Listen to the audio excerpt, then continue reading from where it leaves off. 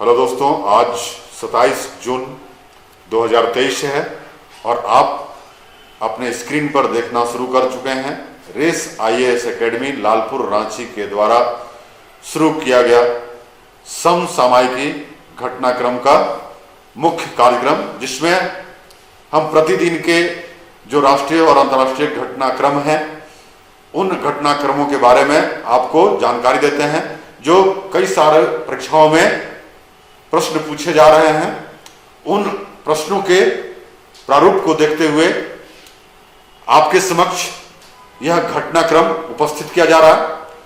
तो चलिए आज देखते हैं 27 जून 2023 का मुख्य राष्ट्रीय और अंतर्राष्ट्रीय घटनाक्रम क्या है, देश और विदेश के मुख्य घटनाक्रम क्या है।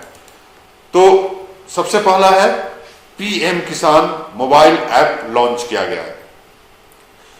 PM Kisan mobile app launch तो पहले किया जा चुका है दोस्तों, लेकिन इसमें कुछ नए फीचर्स जोड़े गए हैं जिसके बारे में आपको जानना बेहद आवश्यक है, क्योंकि अभी जो ई-केवाईसी किया जा रहा है उसमें इसका काफी महत्वपूर्ण रोल है। तो चलिए, क्या है पीएम किसान मोबाइल ऐप। तो PM Kisan mobile app has been launched with face authentication features for e KYC. With the help of this app, remote farmers can do e-KYC by scanning their face without OTP or fingerprint.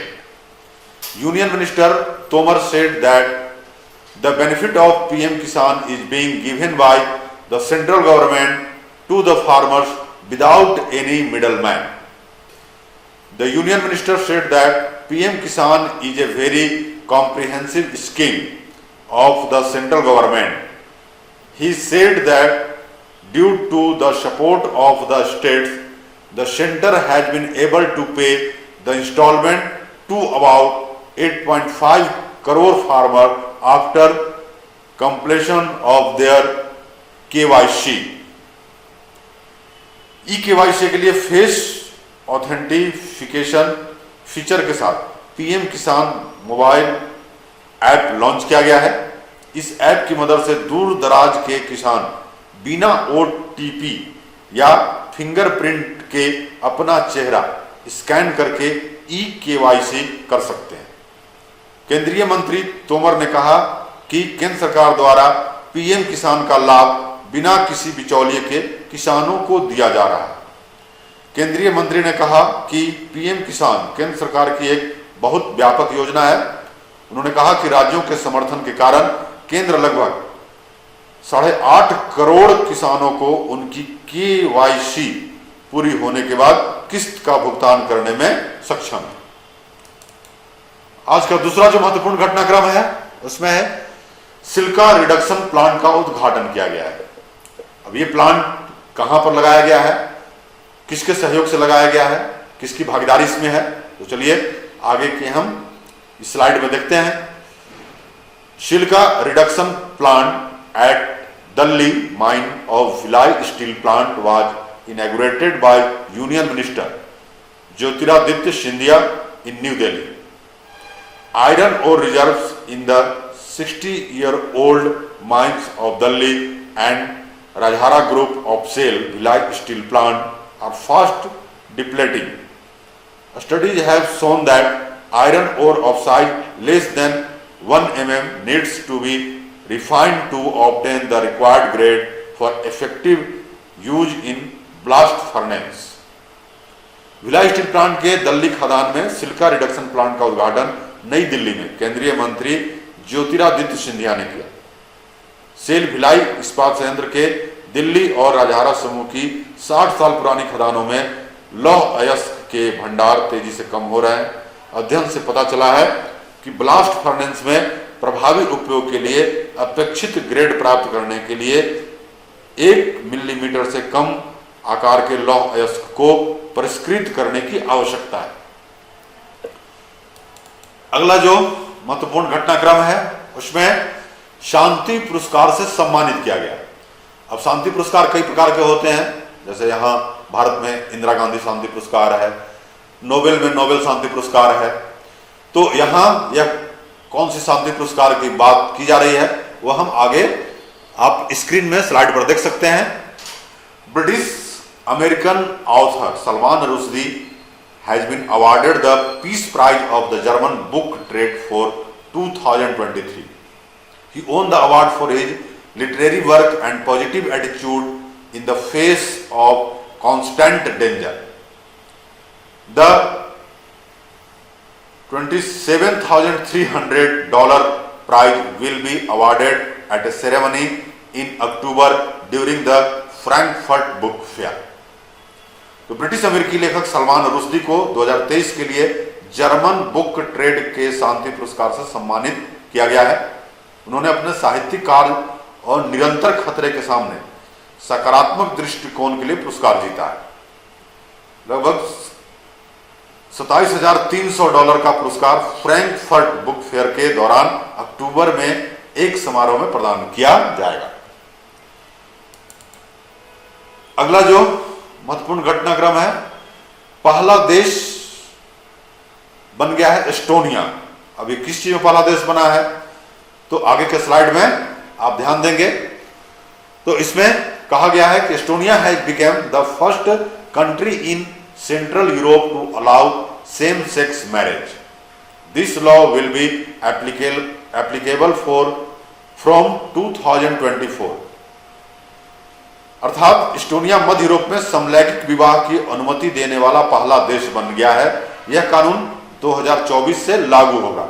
और आप देख ही रहे हैं कि भारत में भी इसको लेकर के पूरा वाद विवाद चल रहा है। समलैंगिक विवाह से संबंधित अनुमति कई सारे देशों में दिया जा चुका है और मध्य यूरोप का यह एस्टोनिया पहला देश है जिसने समलैंगिक विवाह को अनुमति दी है।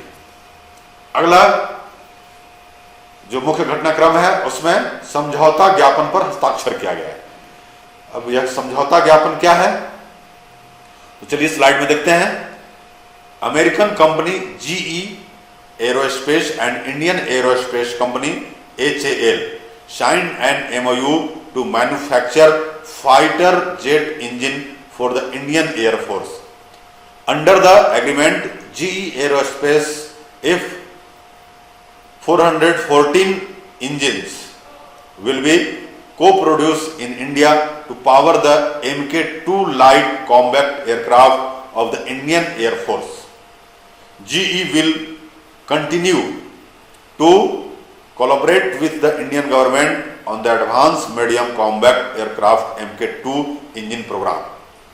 तो अमेरिकी कंपनी GE एरोस्पेस यानी जनरल इलेक्ट्रिक एरोस्पेस और भारतीय एरोस्पेस कंपनी HAL यानी हिंदुस्तान एरोनॉटिकल लिमिटेड ने भारतीय वायुसेना के लिए लड़ाकू जेट इंजन बनाने के लिए एक समझौता ज्ञापन पर हस्ताक्षर किए। समझौते के तहत भारतीय वायुसेना के हल्के लड़ाकू विमान Mk2 को शक्ति देने के लिए GE एरोस्पेस के F414 इंजन का भारत में सह उत्पादन किया जाएगा। GE उन्नत मध्यम लड़ाकू विमान Mk2 इंजन कार्यक्रम पर भारत सरकार के साथ सहयोग करना जारी रखेगा। तो जैसा आप देख रहे हैं कि हम अपने आकाशीय सुरक्षा को अधिक उन्नत बनाने के लिए कई सारे महत्वपूर्ण फाइटर जेट हम बाहर से खरीद रहे हैं और उसमें राफेल जो फ्रांस से खरीदा गया जिस पर कई सारे विवाद हुए। और अभी जब मोदी जी 21 जून 2023 को अमेरिकी दौरे पर थे तो वहां पर कई सारी कंपनी के चेयरमैन से बात किए और उसमें एक जनरल इलेक्ट्रिक मोटर जो एरोस्पेस और अन्य दूसरे इंजन के निर्माण का काम करती है उसके साथ एक समझौता पर हस्ताक्षर किया गया है। और इसके तहत यहां HAL जो है यह 414 जो इंजन है F414 इंजन वह बनाएगा भारत में। अगला जो आपका है राष्ट्रीय शहरी आजीविका मिशन की साझेदारी किसके साथ की गई है और इससे शहरी क्षेत्रों में कैसे आजीविका मिशन को और बढ़ावा दिया जाएगा। तो चलिए स्लाइड में देखते हैं क्या है। United Nation Development Programme and Deendayal Antyodaya Yojana National Urban Livelihood Mission partnered to empower women entrepreneurs. It aims to empower women to make informed career choice in the field of entrepreneurship. The partnership will help aspiring women to start and scale up their ventures in the care economy, digital economy, electric mobility, waste management, food packaging and other sectors. तो महिला उद्यमियों को सशक्त बनाने के लिए संयुक्त राष्ट्र विकास कार्यक्रम और दीनदयाल अंत्योदय योजना राष्ट्रीय शहरी आजीविका मिशन ने साझेदारी की है। इसका उद्देश्य महिलाओं को उद्यमिता के क्षेत्र में सुविज्ञ कैरियर विकल्प चुनने के लिए सशक्त बनाना है। इस साझेदारी से इच्छुक महिलाओं को देखभाल, अर्थव्यवस्था, डिजिटल अर्थव्यवस्था, इलेक्ट्रिक मोबिलिटी, अपशिष्ट प्रबंधन, खाद्य पैकेजिंग और अन्य क्षेत्रों में अपना उद्यम प्रारंभ करने और उद्यम का विस्तार करने में मदद मिलेगी। नेक्स्ट है समेकित सिमुलेटर परिसर ध्रुव का उद्घाटन किया गया है। तो चलिए देखते हैं इसमें क्या है विशेष। तो integrated simulator complex Dhruv inaugurated at Kochi to enhance practical training of Indian navy personnel. Modern and state-of-the-art indigenously built simulators are located at ISC Dhruv, which will significantly enhance practical training in the Indian Navy. तो भारतीय नौसेना कर्मियों के व्यवहारिक प्रशिक्षण को बढ़ाने के लिए कोची में समेकित सिमुलेटर परिसर ध्रुव का उद्घाटन किया। ISC ध्रुव में आधुनिक और अत्याधुनिक स्वदेशी तरीके से निर्मित सिमुलेटर स्थित हैं जो भारतीय नौसेना में व्यवहारिक प्रशिक्षण को उल्लेखनीय रूप से बढ़ाएंगे। तो चाहे नौसेना हो या वायुसेना हो या थल सेना हो, सभी के डेवलपमेंट के लिए कई सारे प्रोग्राम शुरू किए गए हैं सरकार के द्वारा। अगला है समझौता ज्ञापन पर हस्ताक्षर। किस तरह के समझौता ज्ञापन पर किन किन ऑर्गेनाइजेशन के बीच में यह किया गया है, तो चलिए आगे स्लाइड पर देखते हैं। India and the United Nations World Tourism Organization signed an MOU.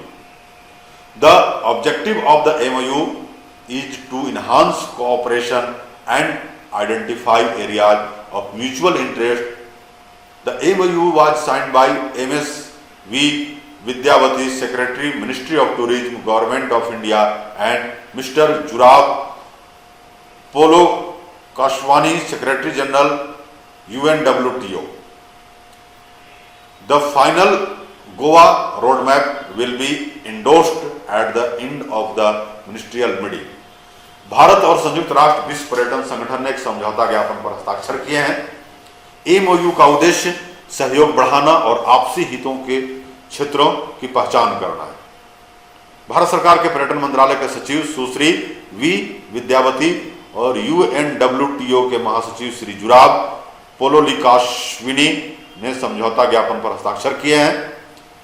मंत्री स्तरीय बैठक के अंत में अंतिम गोवा रोड मैप का समर्थन किया जाएगा, क्योंकि गोवा में अधिक से अधिक टूरिज्म को बढ़ावा देने का प्रयास किया जा रहा है। अगला जो महत्वपूर्ण घटनाक्रम है उसमें भारतीय नौसेना ने अभ्यास किया। ये बहुत ज्यादा प्रश्न पूछे जाते हैं कि अगर कहीं ज्वाइंट अभ्यास चल रहा हो थल सेना का, नौसेना का, वायुसेना को का, तो वह किस जगह पर आयोजित किया जा रहा है, कौन कौन देश इसमें पार्टिसिपेट कर रहे हैं, तो यह जरूरी होता है। अगर केवल भारतीय सेना अपने से सिंगल अभ्यास कहीं कर रही है अपनी सेना को मजबूत करने के लिए, तो वह भी काफी ज्यादा इंपॉर्टेंट हो जाता है। तो चलिए देखते हैं स्लाइड में क्या है आगे। तो the Indian Army conducted the Agneyastra one military exercise in eastern Ladakh. तो भारतीय सेना ने पूर्वी लद्दाख में आग्नेयास्त्र 1 सैन्य अभ्यास किया है। तो ये पूर्वी लद्दाख आप जानते ही हैं कि क्या है, कोल्ड डेजर्ट एरिया है, और लद्दाख 2019 में एक इंडियन टेरिटरी यानी भारतीय जो राज्य हैं, तो राज्य के 2 अलग अलग फॉर्म हैं, उसमें एक है सामान्य राज्य और दूसरे हैं यूनियन टेरिटरी, तो उसी में वो लद्दाख भी आता है। अगला है गिफ्ट सिटी का अध्यक्ष नियुक्त किया गया। किसे किया गया? तो Hasmukh Adhia was appointed as the chairman of GIFT city. He is a 1981 batch IAS officer and is currently serving as an adviser to the chief minister of Gujarat Bhupendra Patel. तो हसमुख अधिया को गिफ्ट सिटी का अध्यक्ष नियुक्त किया गया है। वह 1981 बैच के IAS अधिकारी हैं। वर्तमान में गुजरात के मुख्यमंत्री भूपेंद्र पटेल के सलाहकार के रूप में कार्यरत है। अब है आपका जून 27 का इतिहास में क्या महत्वपूर्ण स्थान है। जून 27 को इतिहास में क्या क्या महत्वपूर्ण घटनाएं घटी हैं, कब कब क्या महत्वपूर्ण घटनाएं हुई हैं, तो इसके बारे में हम जानते हैं। तो 2008 में देखिए 27 जून को क्या हुआ है। तो India and Pakistan resolve the obstacles coming to start the gas pipeline project coming from Iran. 2003 में क्या हुआ है, तो the ban on homosexuality was repealed in the United States. 2005 में 27 जून को क्या हुआ, तो Britain supported India's veto free permanent membership. और 2002 में 27 जून को क्या हुआ, तो the G8 countries agreed on a Russian plan to destroy nuclear weapons. तो 2008 में भारत और पाकिस्तान ने ईरान से आने वाली गैस पाइपलाइन परियोजना को चालू करने के लिए आ रही रुकावटों को हल किया।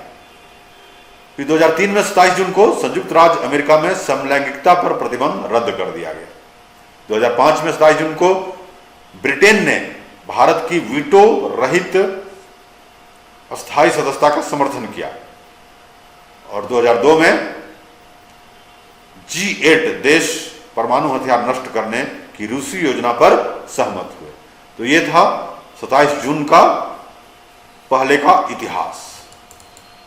अब अगले सेगमेंट की ओर हम लोग बढ़ते हैं। तो अगले सेगमेंट में हमारा है मल्टीपल चॉइस क्वेश्चन। प्रतिदिन 10 क्वेश्चन अब आपके समक्ष रखे जाते हैं और इनका करंट का सॉल्यूशन भी बताया जाता है। और अंत में हम एक क्वेश्चन आपके लिए छोड़े जाते हैं जो आप कमेंट बॉक्स में उसका हल करके बता सकते हैं। इससे पता चलता है कि आप अपने पढ़ाई की ओर कितने जो है गहरे रूप से जुड़े हुए हैं, आप कितने अच्छे तरह से अपने पढ़ाई को आगे बढ़ा रहे हैं, आप कितना पढ़ पा रहे हैं, क्या चीजें समझ पा रहे हैं। तो ये सब का आकलन उस प्रश्न के उत्तर देने से समझ में आ जाता है। तो आप उस प्रश्न का उत्तर कमेंट बॉक्स में देना न भूलें दोस्तों। चलिए हम बढ़ते हैं मल्टीपल चॉइस क्वेश्चन की ओर, जो हिंदी और इंग्लिश दोनों में दिया गया है आपके सुविधा के लिए। तो अब आपके स्क्रीन पर पहला जो क्वेश्चन उभर रहा है, जो आप देख रहे होंगे, अगर मोबाइल चला रहे हैं, लैपटॉप चला रहे हैं या अदर किसी भी इलेक्ट्रॉनिक गैजेट को चला रहे हैं और हमारे इस महत्वपूर्ण कार्यक्रम को जिसका नाम है करंट अफेयर प्रोग्राम, तो वह अगर आप देख रहे हैं तो इसको देखिए, लाइक कीजिए, सब्सक्राइब कीजिए और अपने क्षेत्र में आगे बढ़िए। तो इसी के साथ हम पहला क्वेश्चन को रीड करते हैं आपके समक्ष। अगर आप हमारे चीजों को ट्रैवल करते हुए देख नहीं पा रहे हैं तो आप जो है इसको सुन करके भी इसका लाभ उठा सकते हैं और इसको याद कर सकते हैं। चलिए तो पहला क्वेश्चन आपके समक्ष है, when is the international MSME day celebrated every year. तो अंतरराष्ट्रीय MSME दिवस हर साल कब मनाया जाता है। ऑप्शन है 26 जून, 27 जून, 28 जून और 29 जून। तो इसका उत्तर है, आप यहां स्लाइड में देख पा रहे हैं कि 27 जून को, क्योंकि आज के दिन को ही लेकर के जो आज का महत्वपूर्ण दिवस है उसके बारे में आपको बताया जाता है। तो international MSME day is celebrated every year on 27 June. It is organised to highlight the importance of MSME across the world and raise awareness about its contribution to the country's economy. Earlier, the Micro, Small and Medium Enterprises Sustainable Certification scheme has been launched by the Ministry of Micro, Small and Medium Enterprises. तो ये MSME का full form भी है, Ministry of Micro, Small and Medium Enterprises. हर साल 27 जून को अंतर्राष्ट्रीय MSME दिवस मनाया जाता है। इसका आयोजन विश्व भर में MSME के महत्व को उजागर करने तथा देश की अर्थव्यवस्था में इसके योगदान के बारे में जागरूकता बढ़ाने के लिए किया जाता है। इससे पहले सूक्ष्म लघु एवं मध्यम उद्यम मंत्रालय द्वारा सूक्ष्म लघु और मध्यम उद्यम सस्टेनेबल परमाणु योजना शुरू की गई है। अगला दूसरा प्रश्न है आपके स्क्रीन पर जो भर रहा है कि the senate senate India caucus will introduce a bill to add which country to the NATO plus group? Senate India caucus किस देश को नाटो प्लस समूह में जोड़ने के लिए एक विधेयक पेश करेगा? इंडिया, जापान, अमेरिका और न्यूजीलैंड, ये 4 ऑप्शन है। तो चलिए देखते हैं इसका आंसर क्या है। तो senator Mark Warner and John Cornyn are planning to introduce a bill to upgrade India-US defense ties. The purpose of this bill is to make India a part of the NATO plus group. It will facilitate transfer of top American technology and defense equipment without any bureaucratic interference. तो senator mark Warner और John कॉर्निन Bharat America रक्षा संबंधों को उन्नत करने के लिए एक विधेयक पेश करने की योजना बना रहे हैं। इस विधेयक का उद्देश्य भारत को नाटो प्लस समूह का हिस्सा बनाना है या बिना किसी नौकरशाही हस्तक्षेप के सर्वोच्च अमेरिकी प्रौद्योगिकी और रक्षा उपकरणों के हस्तांतरण की सुविधा प्रदान करेगा। अगला प्रश्न, तीसरा प्रश्न जो आपके समक्ष है, which state government has recently launch the polytechnic चलो अभियान? हाल ही में किस राज्य सरकार द्वारा पॉलिटेक्निक चलो अभियान शुरू किया गया है? ऑप्शन है राज्यों में पंजाब, मध्य प्रदेश, उत्तर प्रदेश और आंध्र प्रदेश। तो इसका उत्तर है Uttar Pradesh. Polytechnic Chalo campaign was launch by CM Yogi Adityanath to promote technical education in Uttar Pradesh. Its main objective is to create employment opportunities for the youth by connecting them with technical education. Its main objective is to enroll lakhs of youth in government and private polytechnic institutes. Uttar Pradesh में तकनीकी शिक्षा को बढ़ावा देने के लिए CM Yogi Adityanath द्वारा polytechnic चलो अभियान शुरू किया गया। इसका मुख्य उद्देश्य युवाओं को तकनीकी शिक्षा से जोड़कर उनके लिए रोजगार के अवसर पैदा करना है। इसका मुख्य उद्देश्य लाखों युवाओं को सरकारी और निजी पॉलिटेक्निक संस्थानों में दाखिला दिलाना भी है। नेक्स्ट जो अगला प्रश्न है, चौथा, Who laid the foundation stone of 4 national highway projects in Shonipat, Karnal and Ambala in Haryana recently? हाल ही में हरियाणा के सोनीपत, करनाल और अंबाला में 4 राष्ट्रीय राजमार्ग परियोजनाओं की आधारशिला किसने रखी? नितिन गडकरी, नरेंद्र मोदी, पीयूष गोयल, धर्मेंद्र प्रधान। तो इसका उत्तर है नितिन गडकरी, क्योंकि वही यूनियन रोड ट्रांसपोर्ट और हाईवे मिनिस्टर हैं। तो इसका एनालिसिस में देखेंगे तो union road transport and highway minister Nitin Gadkari laid the foundation stone of 4 national highway projects at Sonipat, Karnal and Ambala in Haryana. 4 national highway project worth ₹3,835 crore, 11 flyovers will be constructed on the 8-lane national highway 44 from Delhi to Panipat in Sonipat area at a cost of ₹890 crore। केंद्रीय सड़क परिवहन और राजमार्ग मंत्री नितिन गडकरी ने हरियाणा के सोनीपत, करनाल और अंबाला में 4 राष्ट्रीय राजमार्ग परियोजनाओं की आधारशिला रखी। 4 राष्ट्रीय राजमार्ग परियोजनाएं 3835 करोड़ रुपए की हैं।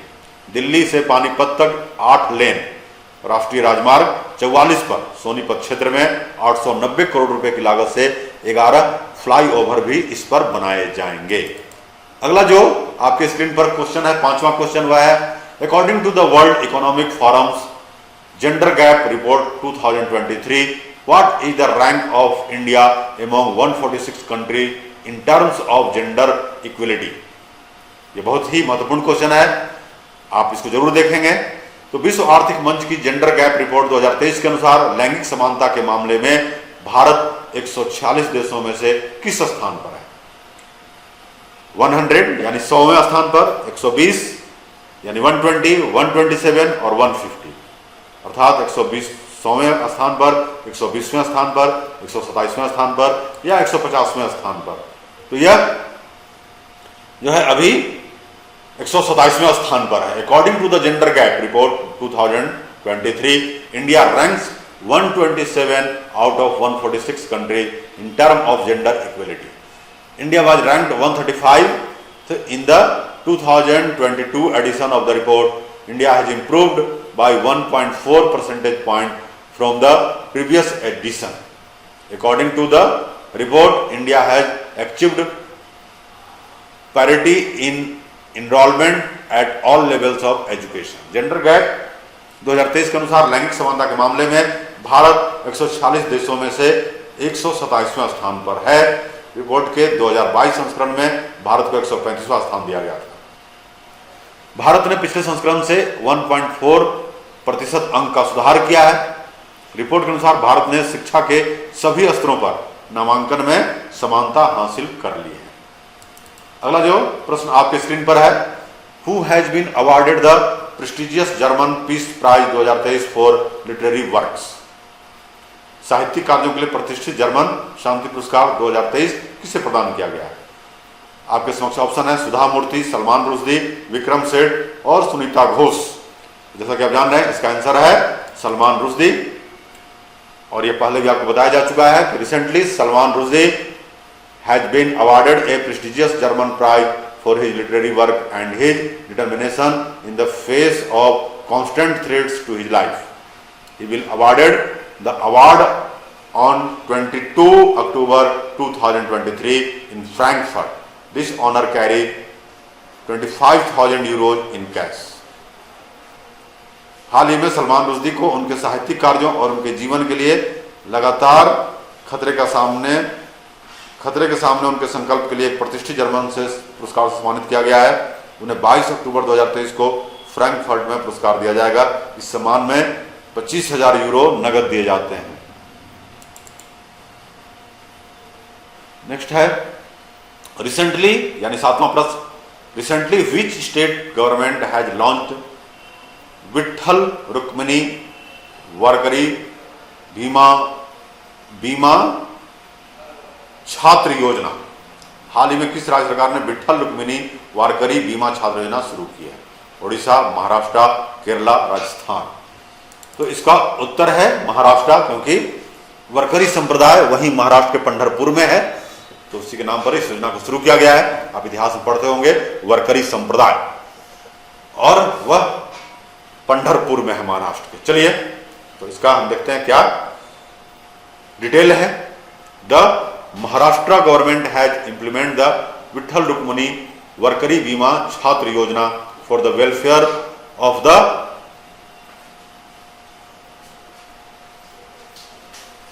Asadhi Varkaria of the state.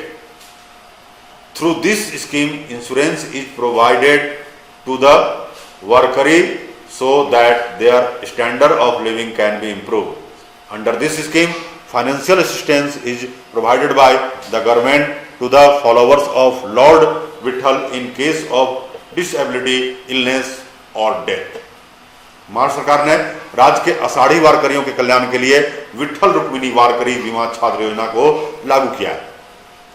इस योजना के जरिए वारकरियों को बीमा प्रदान किया जाता है ताकि उनके जीवन स्तर को बेहतर बनाया जा सके। इस योजना के अंतर्गत भगवान विट्ठल के अनुयायियों को विकलांगता, बीमार होने की स्थिति में या मृत्यु होने पर आर्थिक सहायता सरकार द्वारा प्रदान की जाती है। अगला जो प्रश्न है 8वां, वह है recently UNWTO and which country have signed an agreement to enhance cooperation in tourism. हाल ही में UNWTO और किस देश ने पर्यटन में सहयोग बढ़ाने के लिए समझौते पर हस्ताक्षर किए हैं? ऑप्शन है इंडिया, मलेशिया, रसिया और श्रीलंका। तो आंसर होगा इसका Bharat, India. India and the United Nations World Tourism Organization have signed an agreement to enhance cooperation and identify areas of mutual interest on the sidelines of two major events of the influential bloc held in Goa. The ministry said that in the MOU, both sides will cooperate on key program areas related to tourism, market intelligence, tourism and rural development, tourism investment, education and innovation. Bharat और संयुक्त राष्ट्र विश्व पर्यटन संगठन ने गोवा में आयोजित प्रभावशाली ब्लॉक के दो मुख्य कार्यक्रमों के मौके पर सहयोग बढ़ाने और आपसी हित के क्षेत्रों की पहचान करने के लिए एक समझौते पर हस्ताक्षर किए। मंत्रालय ने कहा कि समझौता ज्ञापन में दोनों पक्ष पर्यटन बाजार सुविधा, पर्यटन और ग्रामीण विकास, पर्यटन निवेश, शिक्षा और नवाचार से संबंधित प्रमुख कार्यक्रम क्षेत्रों पर सहयोग करेंगे। तो ये था आज का आपका एमसीक्यू प्रश्न। अब आपके समक्ष स्क्रीन पर आज का जो क्वेश्चन ऑफ द डे है वह है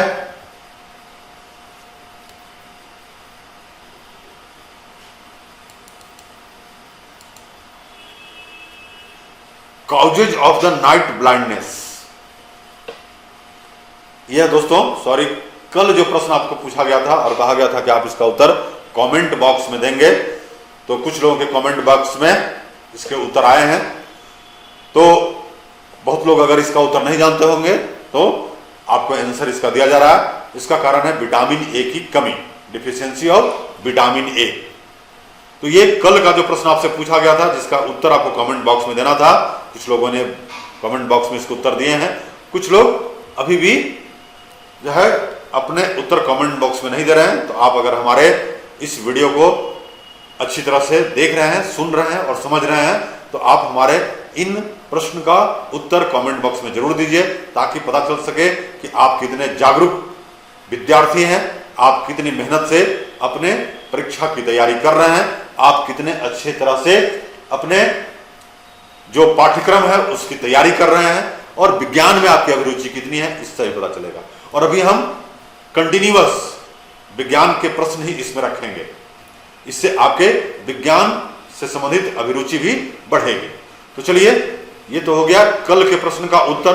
अब आज का जो प्रश्न जो आपके समक्ष छोड़े जा रहे हैं, जिसका उत्तर आप अपने कमेंट बॉक्स में देंगे, तो आज का जो क्वेश्चन ऑफ द डे है 27 जून 2023 का, वह है कि Malpighian associated with which human organ. Malpighian मानव के किस अंग से जुड़ा हुआ है वह भाग है। तो आशा है कि अगर आप साइंस पढ़ रहे होंगे और उसमें जो है उत्सर्जन तंत्र, पाचन तंत्र और परिसंचरण तंत्र, तंत्रिका तंत्र, कंकाल तंत्र, ये सब जितने तंत्र पढ़ रहे होंगे उसी में से एक का यह पार्ट है। तो आपको हमने हिंट्स दे दिया है। अब आप मैलफिगियन के बारे में देखिए और समझिए और इसको आगे अपने उत्तर में जरूर जो है वो दीजिए हमारे कमेंट बॉक्स सेक्शन में जाकर के। तो इसी के साथ आज का जो राष्ट्रीय और अंतर्राष्ट्रीय घटना क्रमों का जो महत्वपूर्ण हमारा प्रोग्राम है वहीं पर समाप्त होता है। हम फिर नए समसामयिक घटनाक्रमों के साथ आपसे 28 जून 2023 को पुनः मिलेंगे। इसी के साथ धन्यवाद, जय हिंद।